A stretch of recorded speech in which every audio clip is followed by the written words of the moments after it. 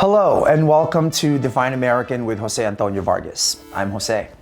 I'm in Washington, D.C. talking to Democratic members of Congress about what they can do to fight back against Trump's regressive anti-immigrant policies.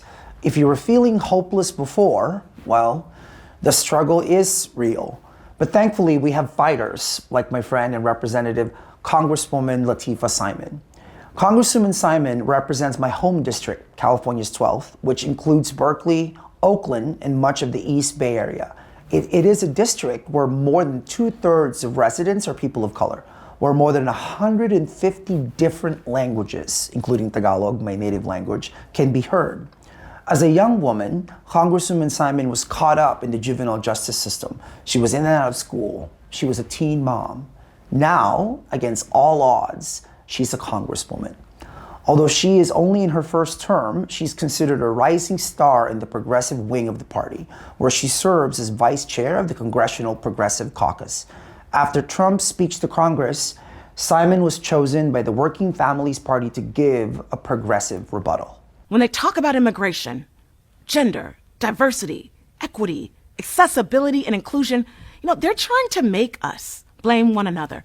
But diversity isn't the reason why families can't afford housing, and immigration is not the reason why you are paying more for your prescription drugs. Congresswoman, you are a newcomer on the national political scene. Certainly not a newcomer in Bay Area, where everybody knows Lateefah Simon, but nationally you are. You were just sworn in for your first term in Congress in January. And so for people who don't know you, I wanted to start by having you talk about to me, this extraordinary journey up to this point. Can you tell us a little bit about your youth and how you found your way to activism? Jose, it's so good to be in my office with you after so many years of knowing and loving each other in the work. Yeah. God, in my 48 years, I do feel like I've lived like 15 lives. You know that. I know that, yes. I mean, I remember it was about 11 years ago, we were sitting in someone's apartment just a couple days after burying my husband, and was like, how did I get here? That seemed like 3 lifetimes ago. Remember South of Market? Yep. I have been thinking about this journey of coming to Congress, and I remember being 17 and interviewing for a little organization called the Street Survival Project. I left 5th period to get to this interview on time, and the job was to do street outreach to drug users and folks who were in sex work.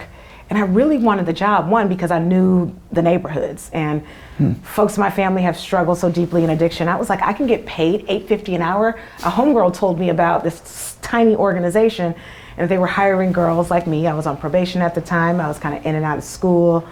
I get this job. I get the job. And I become a young organizer working at this teeny organization. And I remember my first day out as a street outreach worker. I was partnered with a young woman, a queer Latina. Her name was Nelly Velasco. Nelly died a year after I started. She overdosed in a room in the Tenderloin by herself on heroin.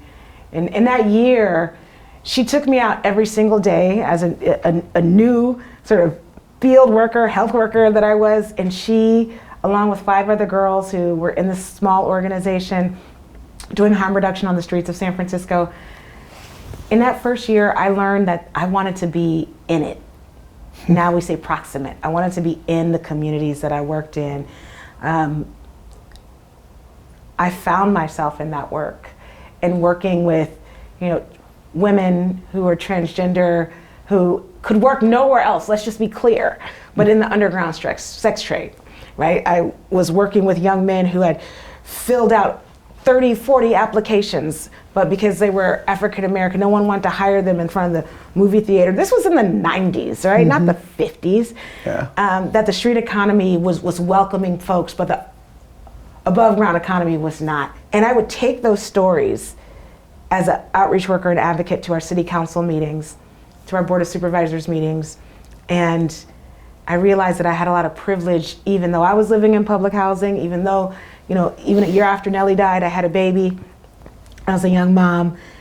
I never wanted to not be on the ground, but also never wanted to be absent from spaces where decisions were being made.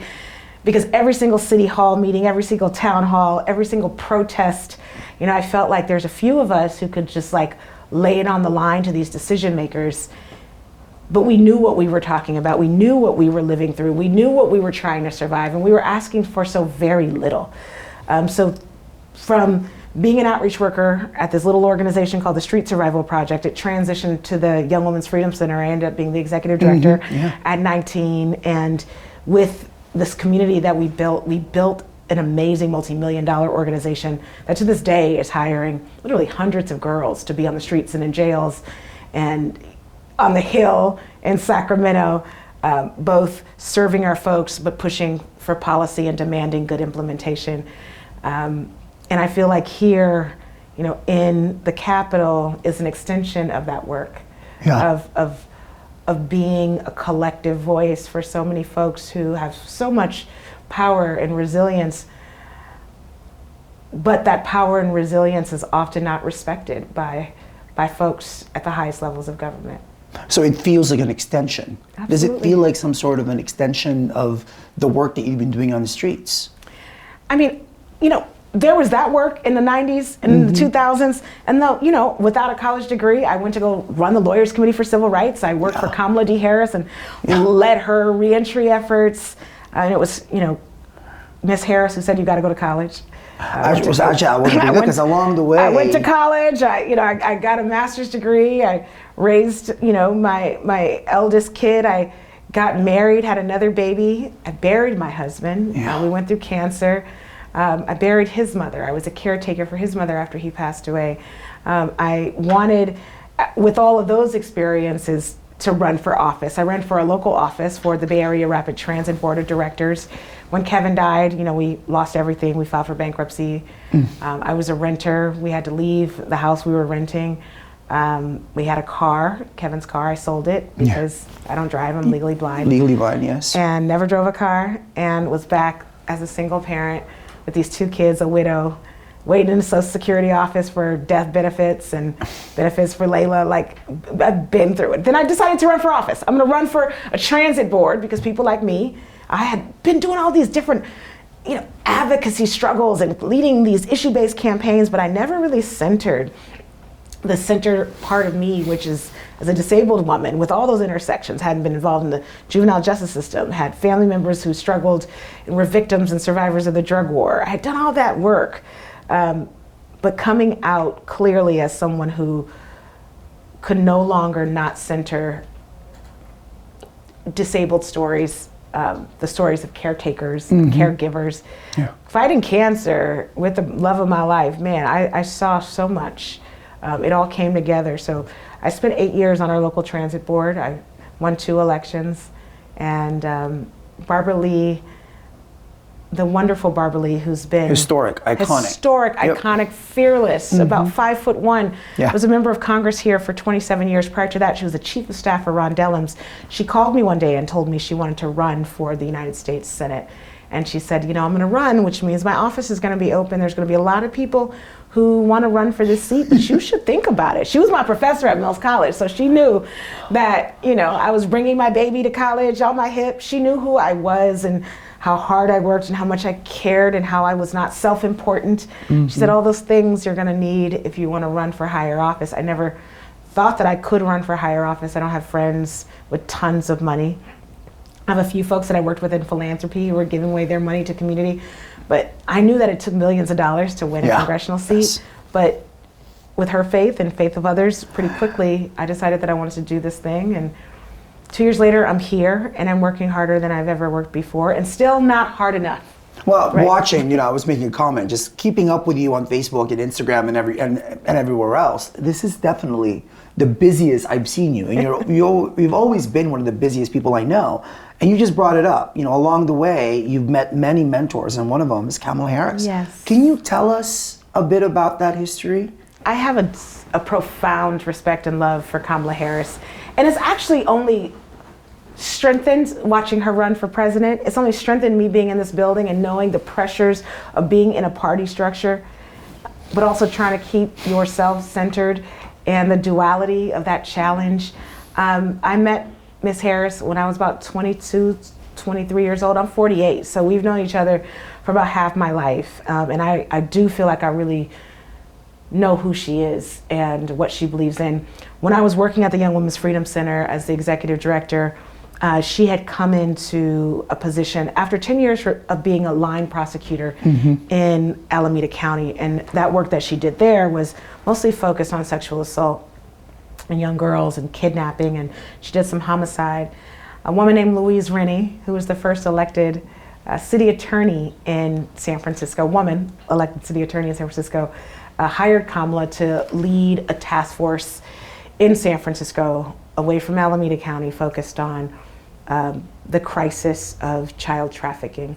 She called me out of the blue, never knew Kamala a day in my life, and said, I heard you're running this organization and you have a reputation of you're doing what the prosecutors can't do or what probation can't do. You're keeping young women out of jail. And then she said she was a prosecutor, and I was like, we need to end this call. And she's like, no. I don't prosecute anymore. I'm a lifelong prosecutor. I've been prosecuting since I got out of law school, but now I'm working for Louise Rennie. That's the civil division. Because when prosecutors called my office, it was usually like, we're gonna send 2 uniformed officers to pick up one of your organizers, one of your girls. And I wanted to create a safe space for folks to organize, to learn how to be a part of a movement, to get paid for their work. It was a safe haven. So quickly, she shifted and said, no, I actually want to work with you all. I'm launching this initiative because police, she understood. She said police and the prosecutors in San Francisco, in a town that had a quote unquote progressive district attorney at the time, were arresting and charging young girls who were on the streets doing sex work. And I was like, yeah, like I work with young prostitutes all the time. She yells at me on the phone call. Never met her before in my life. Screams at me, there's no such thing, Lateefah, as a child prostitute. They're survivors, they're victims, and they should be supported. And I was like, where did you come from?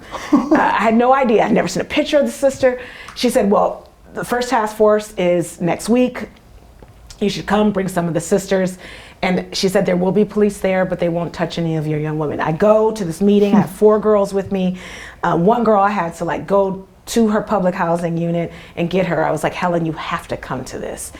And we walk in, here's this like immaculately dressed, like 36-year-old at the time, which I thought was super old. I'm in my early 20s. And she's like perfect, but she comes over and with those hands that she has, like she like kisses me on the forehead, and then she kind of spans the girls, but then she looks at Helen, who was 14 at the time and pregnant. And she didn't know that Helen had been passed around by her mother and her stepfather in the projects for their crack addiction. She didn't know Helen's story. She saw this girl, she kisses her on the forehead, and she says, you come up and sit at the head of the table with me. And that I learned later, because she had been working with trafficked girls, you don't look at a 14-year-old who's pregnant and not know that they've been through hell and back. It was that day. That moment, I was like, she's different. I've been around a lot of prosecutors, a lot of cops. I've been in a lot of prisons. I've been in a lot of jails. I've been in a lot of funerals. That sister is different and she's good. We worked together on that task force for 6 months. And in 6 months, as someone who wasn't in law enforcement at the time, she ended the pattern and practice of imprisoning children for being trafficked. Work that I had been trying to do for years. She started with numerous organizations in that short first year that I knew her, homes and opportunities for young women who had been on the streets, and we just started working together. And then when she got elected to be the DA, which I was like, don't run for DA. I want to work with you. I really like working with you on the civil side. She asked me to come and work for her. And I just won a MacArthur Fellowship. Like I was one of the youngest really recipients of the Genius Award. And so it was an amazing time for us to be elevated as an organization who, again, was doing what the criminal justice system had failed to do, love and honor young people who were caught up in systems that didn't support them. And she said, come and work for me. And I was like, absolutely not. Like, I love that you're the DA. And then she scolded me and said, you can keep coming outside of my office, because she won and we were protesting her. I'd call her, we're going hard for this particular girl or this particular case. I'm here with 500 other people. But she said, she was like, this is my last time asking you. After asking me a few times, you could either come outside next week with the bullhorn, begging for me to do the right thing, or you could come in here and help create an antidote to the drug war. And what do you say to that? I left the organization that I built and I went to go work for her for 5 years. And it was the best decision that I've ever made, because I learned in that process, one, no elected is a god. And two, there are folks who actually want to enter a system to shift and change it. From the inside. From the inside. From the inside. Inside-outside strategy is key to any movement having any traction. You know, am I a perfect politician? Absolutely not. Was Kamala a perfect DA? She's one of the best that I've ever seen. Well, now you bring it up, and what happened in Chicago at the Democratic National Convention, I'm sure your phone was blowing up, because I was one of those people texting you when you spoke at the convention. I have not, as you can tell, Lateefah and I, Congresswoman and I are friends, yes. But I have not talked to you about this as a friend, but I must talk to you about this now. Yeah. You're obviously very close to the vice president, right? And I just have to ask, what do you think their campaign got wrong on immigration? You know, I struggle with the Democratic Party in general, right? As a freshman member of it. And I'm a blue Democrat. You're a blue right? Democrat, yes. And coming from the ground, now being a big D, there's so many layers to the thing, right? There's so many layers to the thing. When you're running, I glean, as the leader of the Democratic National Convention, like you're running as the lead Democrat, you're not just running by yourself, right? You're holding policies of a party. Kamala is the daughter of immigrants, right? And she is the quintessential sort of American dream. Smart, brilliant. Like, the sister is bad. She is wonderful. She reads everything. She wouldn't let people borrow books from her bookshelf when I worked for her. She was like, nope, my parents fought over many things, but the biggest fights that they had were books. And she was like, don't touch my books. I think not just Kamala, let's just take it back. The party has gotten immigration wrong. Talk to me about that. I said it a few days ago. I said it a few days ago in the Oversight Committee. The animus that this country has amongst its immigrant class, it's consistent. It's consistent. It's consistent with the way that we're talking about sanctuary cities and who should be here and who shouldn't be here. It's consistent with, I asked the members of the Republican Party to go and pull the ordinances, the sundown ordinances. Pull them.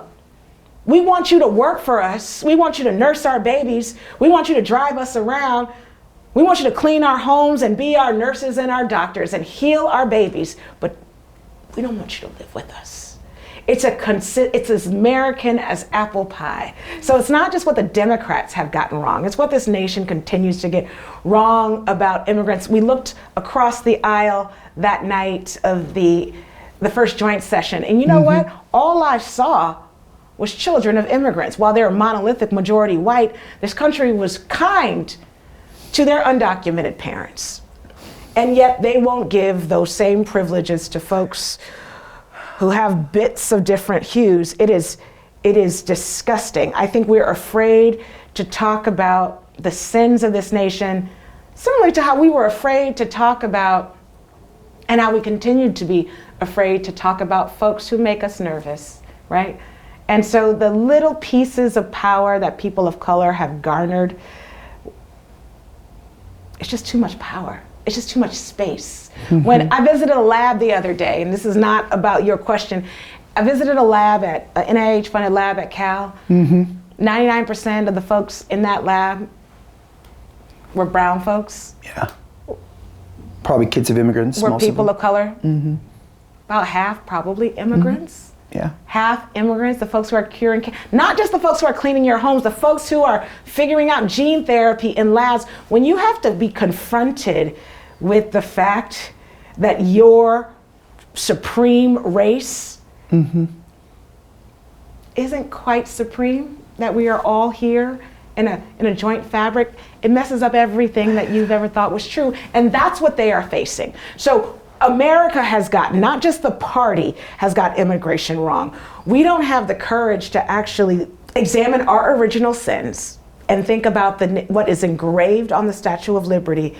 As a Black woman, as a mother, as someone who's raised in the Bay Area, I will never turn my back on migrants and immigrants. I don't care what the Democratic Party decides to do, because I know what the right thing is. Because my mother grew up in the Jim Crow South. She left the Jim Crow South even after desegregation, but it was still Jim Crowing to come to the Bay Area. And you know, she found so much of the same, right? The segregation, the subjugation. So we are getting immigration wrong. So as a party, as a country and a party, as both parties, it's not red or blue. We subjugate those who we believe can be scapegoated. Now, immigration and non-citizens are not the reason why my rent is too damn high. They are not the reason why eds are expensive. They are not the reason why we don't have comprehensive gun reform. They are not the reasons why this country has colluded countries all over the world, making them less safe and less soil rich, right? So it's easy to scapegoat that child right now in Central California who's picking your fruit, who has no right to education. It's easy to do that. And so let me unpack a couple of things here, which I think are really important. One, because that's the question. If I ever had a chance to sit down with the vice president to ask, I know what your party's policies are on immigration. I lived through the Obama years, right? I can only imagine that contradiction and that sense of like, this is what I believe personally as a daughter of immigrants, and this is the party that I am now leading. Did you ever have any conversations with her about that? No, I didn't. That sense of tension? No, I didn't actually. But you're positive. Even when I hear border security, and that's the line of our party right now, we just secure our borders. I've never said that. I might not get far in this party. Wait a second. I'm trying to think right now. You're right. You've never used that phrase, that phrasing. I won't do it. Because I think you have to look at what the problem truly is. One, it's our presence on the world stage and how we are extracting from other countries, which are deeply soil and mineral rich, how our collusion with governments to make them even more non-democratic. Why are people, Kamala talked about this a lot as a United States Senator, why are people coming to this country? Let's answer that question. Why do we have an asylum system that has 3.7 million people waiting? So of course they are undocumented. They're waiting. We have promised people around the world that we would be a good neighbor and that we would provide, again, our democratic principles in ideology and literally food and support to folks who are struggling with famine. And we would support folks to move their governments towards a democratic structure. Are we doing that?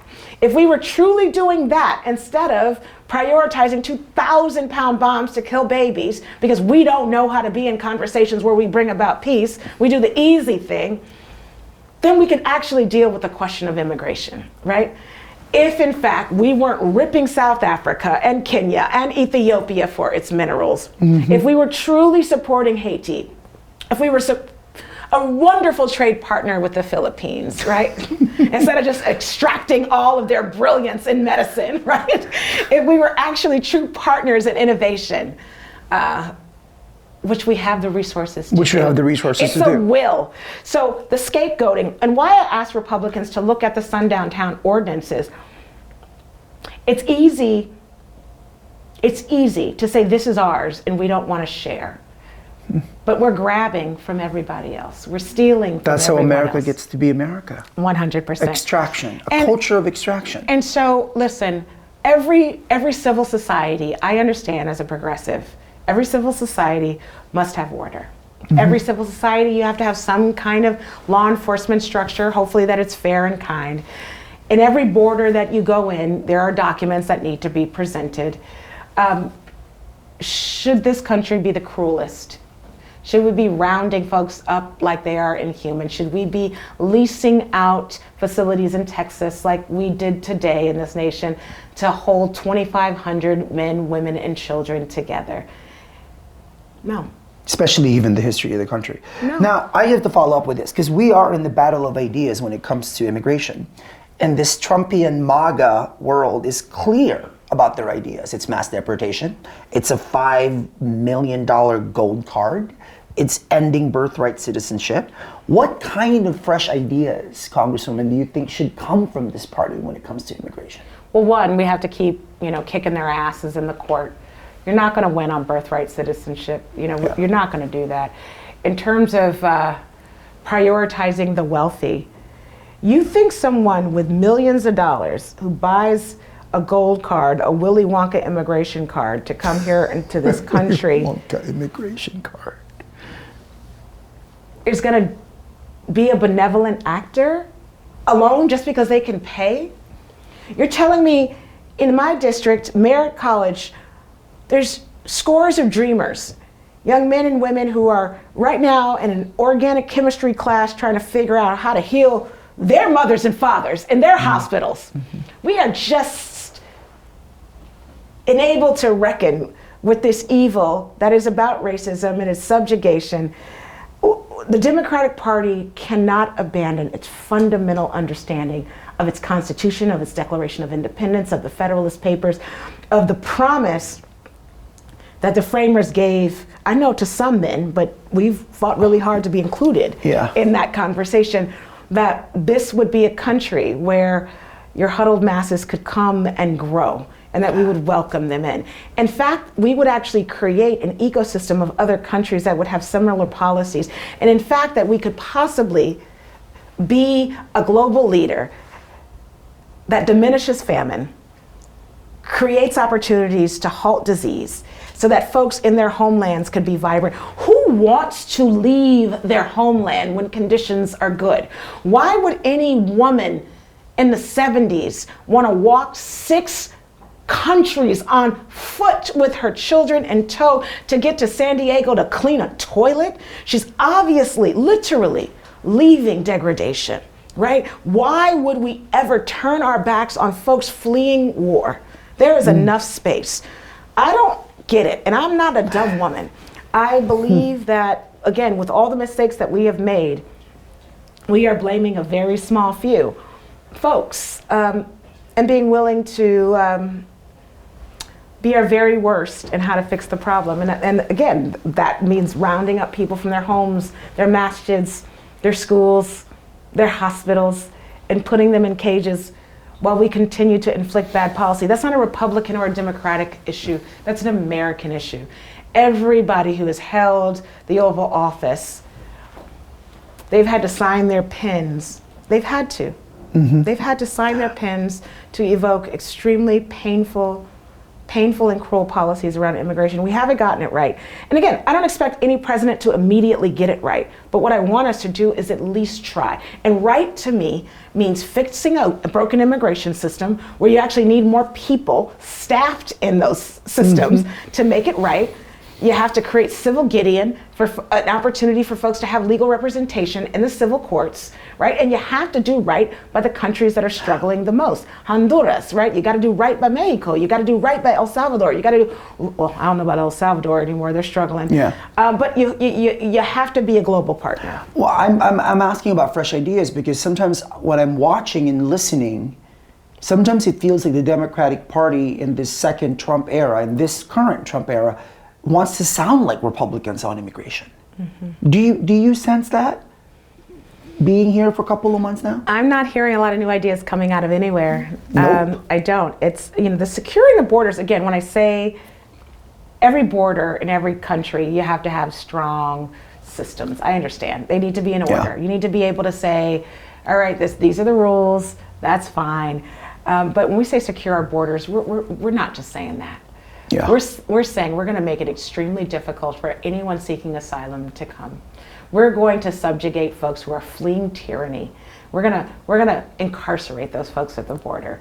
When we're talking about securing our borders, what are we really saying? When I'm talking about creating an immigration system that works, it's about being able to identify folks who are here, creating a pathway to citizenship that works, while duly making sure that countries of origin that we're providing not only humanitarian aid, that was easy under other administrations, but actually using the power of diplomacy and resource to bring those folks and the bad folks in government to a point where there's pressure there where they need to be good to their own citizenry. We can do both and. We should. be able to do both. ends. I Well, believe we should be able to. I have to say though, like living in this age of mis and disinformation, right? I mean, this is where looking at what happened in November's election, where President Trump gained on Latino voters, on Asian American voters, on some black male voters. The only group that stood firm were black women who said, always. You know, interestingly enough, you and I have a mutual friend on Instagram. I'm not going to say her name. Well, I posted this on Instagram right after the election. I said, what are you going to do? What are you willing to risk to protect your undocumented friends? What are you going to do to protect your people? And then this woman, who's a mutual friend of ours, says, hi, black woman here. We did our part. Mm-hmm. I think that's a great question to ask Asian and Latino communities. Mm-hmm. I could sense, and I messaged her afterwards. Mm-hmm. She was like, Jose, I'm tired. Mm-hmm. Right? I'm asking you this because what's your message to that message? Yeah. You know, listen, black women have been disrespected time and time again. Over and over. By the Democratic Party as the backbone of this party.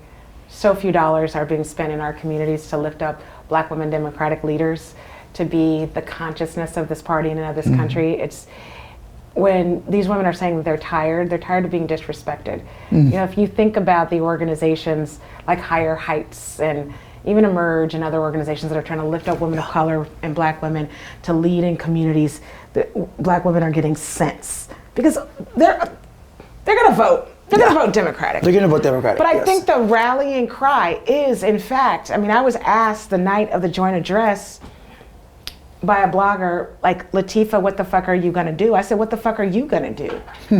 What are you doing? Organize your people.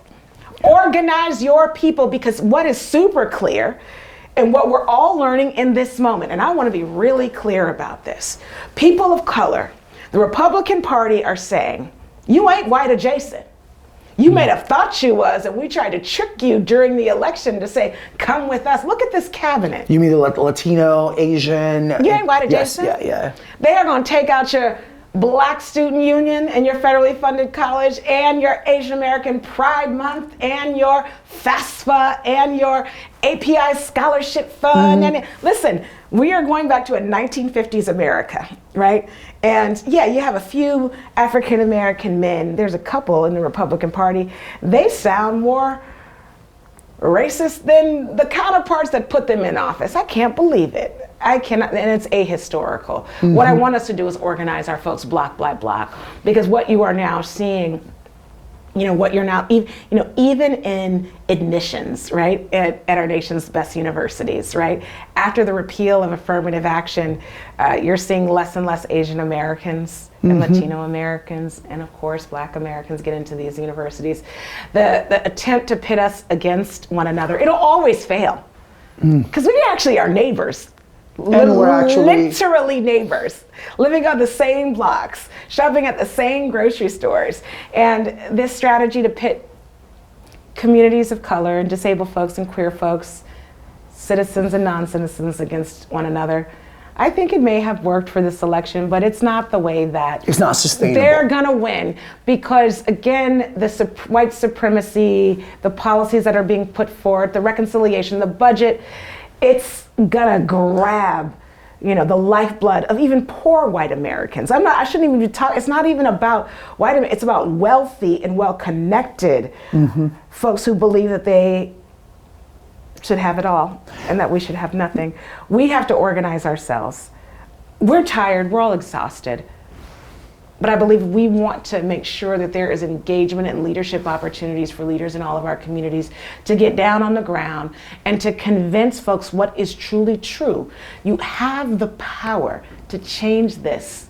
You have it. And the special elections and your mayoral elections and your school board elections, but by God, in 2026, we can take all this back. So that's my follow-up. Your congressional district, of which I'm a part of since I live in Berkeley, you are actually my representative. That's right. Is a majority people of color district. Yes. Now, what does a real multicultural resistance effort look like to you? Well, to me, it's a complicated question, and it shouldn't be, but it is, because our communities are not monolithic. Listen, I grew up Muslim, and in our Muslim communities, which are extremely conservative, in the best way possible, right? In the best way possible, our traditional Catholic communities, extremely conservative. Yep. Our folks want order. Let's not get it twisted. Granny, if somebody breaks into her house, she wants to call the police because she wants to be safe. Does she want those police to violate her nephew's civil rights in the back room? No, we want order. We want order. We believe in this thing called justice. Mm-hmm. We don't want our civil rights to be trampled on, right? And so when we're talking about what progressive politics are, progressive politics does dictate, we believe that there's enough for all of us.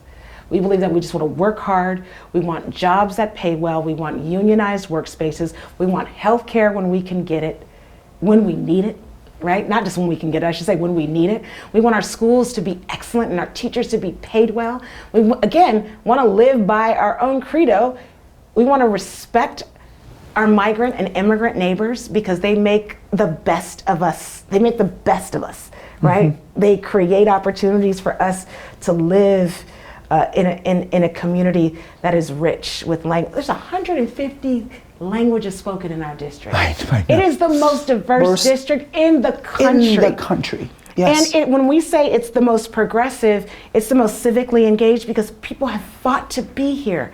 It is the West, it is the 49er state where folks want to work so hard to just live. And so I think that the joy that I have, the honor that I have is to pronounce that every single day in this building. That when I say that we're conservative, conservative doesn't mean that we hate. Conservative means that we just want to live in peace and dignity. And that's all we're asking. And unfortunately, that ask is radical, right?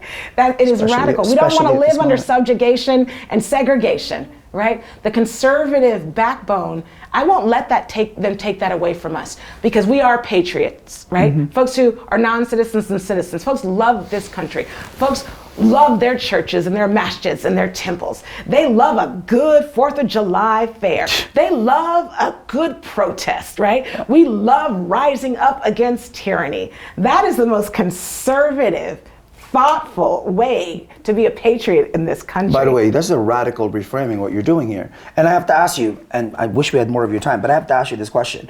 What is your message to people watching and listening to this? If they're undocumented, if they live in a mixed status family, what is Congresswoman Simon doing to make sure that the immigrant migrant community in her district is protected? Well, you know that this is your office and I work for you and you belong here. You belong here. I am withholding every single vote against this Trump agenda. You know, I voted no on the Lake and Riley Act twice.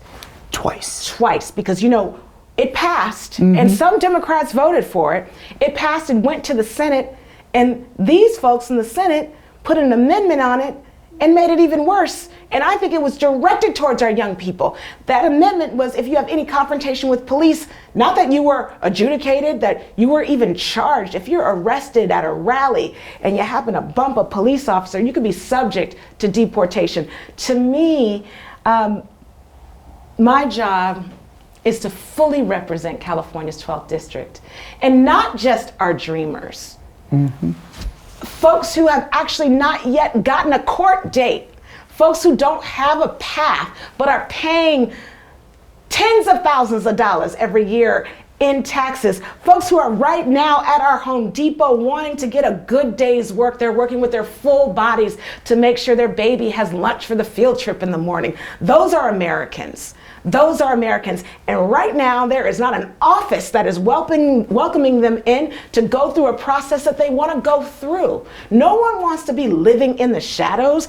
I want to be a representative for a district and a country that has an efficacious process so that people can truly, truly come out of the shadows and live their best lives and to make sure their children have everything that they need. See, I am an 11th generation American, and my mother was born in a country where her mother didn't have her full rights to a democracy until 64.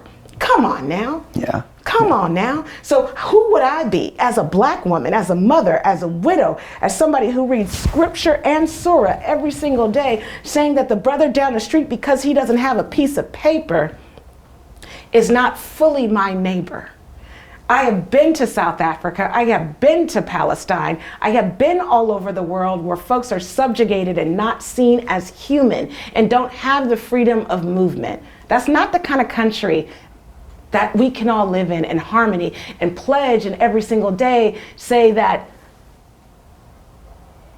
this is a country that loves and respects its Constitution, not by the way we're acting. So every single opportunity that I get, I'm gonna stand up for my neighbors. In fact, my daughter is Afro-Latina, my eldest, and her grandmother did not get her citizenship to maybe 10 years before she passed away. One of the hardest working, beautiful women that I've ever met. And the work, I think of Maria every day, God rest her soul. And to know that there's an administration who would send women like her back to war and famine, that's not the country that we are.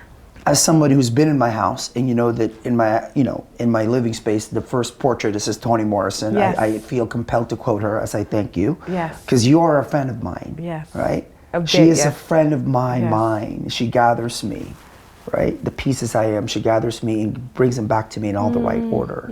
It's good to have a woman who's a friend of your mind.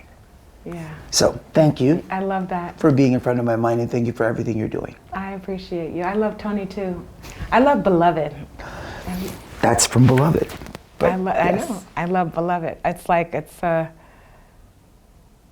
Beloved is also like the immigrant story as well. Like when you think of a mother who will do anything for their child, right? Like anything for their child, to get that child even back from the heavens and do everything possible to be able to live with that child, even in the most utter darkness. Like that is the schema of any mother. And why I love Beloved, because it crosses all of our experiences. What you will do, what Amina did, who was the mother of Muhammad, what Mary did for her child, right? Like you send your babies in a basket and you just hope and you pray. What Moses' mother did, this idea that like, I will put everything on the line for our children. I do it today. And I would hope that if this country moved into civil war, that someone would harbor me. I would hope that for my babies, for my children.